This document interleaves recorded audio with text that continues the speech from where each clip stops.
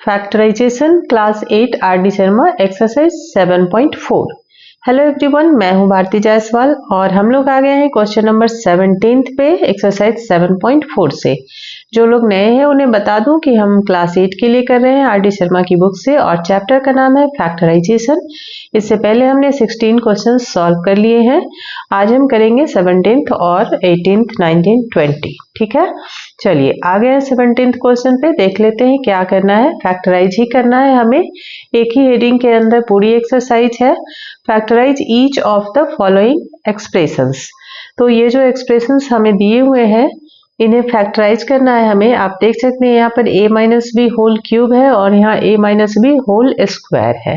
इसका मतलब कि a minus B whole square तो हम कॉमन ले ही सकते हैं। साथ में ये भी देख लेते हैं किसका मल्टीपल है। यहाँ पर 16 है और यहाँ 24 है, मतलब ये दोनों ही नंबर 8 के मल्टीपल्स हैं, है ना। तो हम क्या करेंगे, सीधा सीधा 8 और a minus B whole square ये पूरा ही टर्म कॉमन ले लेते हैं। तो अब हमारे पास बचेगा क्या, यहाँ पे बचेगा आपको 8 2 जा 16 होता है तो 2, और चूंकि यहाँ क्यूब है स्क्वायर हमने ले लिया है तो एक a माइनस बी यहाँ पे बच जाएगा, है ना। और यहाँ क्या हो जाएगा 8 3 जा 24 और ये पूरा तो हमने कॉमन ही ले लिया है तो अब कुछ और नहीं बचने वाला, है ना।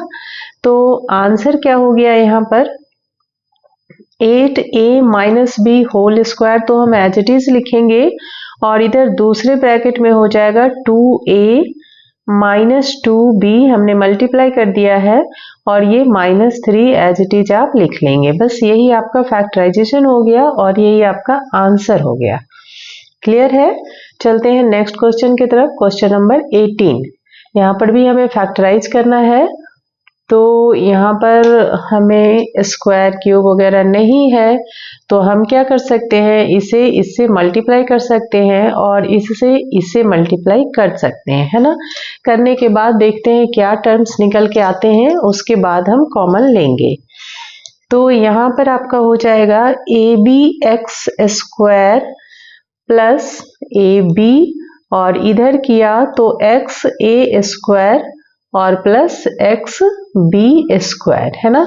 अब हमारे पास 4 टर्म्स हो गए हैं तो हम देख लेते हैं किसको किसको एक साथ ग्रुप करने से बेटर रहेगा।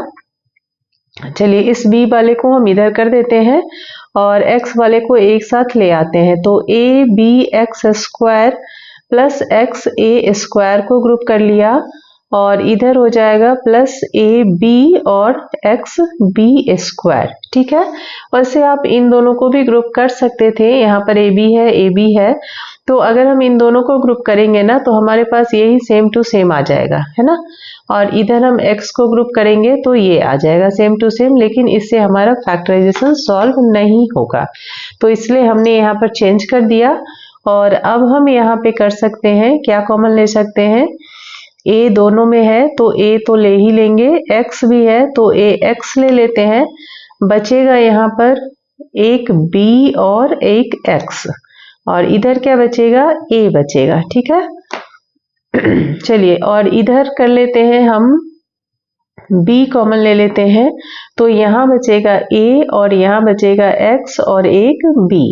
चलिए अब आप देखिए ये दोनों ही टर्म सेम है क्योंकि bx प्लस a या a प्लस एक्स बी चूंकि पॉजिटिव साइन है तो कुछ फर्क नहीं पड़ता ऑर्डर चेंज होने से। तो आंसर हमारा निकल के आ जाएगा ax प्लस b। इनको हमने एक साथ कर लिया और इनमें से एक कॉमन ले लेंगे हम a प्लस ax नहीं bx या xb, बात एक ही है। ठीक है, ये आपका आंसर हो गया। चलते हैं नेक्स्ट क्वेश्चन की तरफ। Question number 19। यहाँ पर भी हम फैक्टराइज करेंगे और हमारे पास केवल 3 टर्म्स दिख रहे हैं तो 3 टर्म्स में थोड़ा सा मुश्किल होगा, इसलिए हमें इसे पहले 4 टर्म्स में कन्वर्ट करना पड़ेगा। तो यहाँ हम a square X square as it is लिख लेते हैं और इधर ये मल्टीप्लीकेशन में है इसके तो इसे हम मल्टीप्लाई कर लेंगे। तो यहाँ हो जाएगा प्लस ए एक्स क्यूब और इधर हो जाएगा प्लस एक्स और यहाँ प्लस a। ठीक है। अब हमारे पास 4 टर्म्स निकल के आ गए हैं। अब हम इन्हें ग्रुप कर सकते हैं और इनको ग्रुप कर सकते हैं या किसी को भी कर सकते हैं। तो ए स्क्वायर एक्स स्क्वायर और प्लस ए एक्स क्यूब, हम ग्रुपिंग द टर्म मेथड से ही कर रहे हैं फैक्टराइजेशन। यहाँ हो जाएगा आपका x प्लस ए, ठीक है।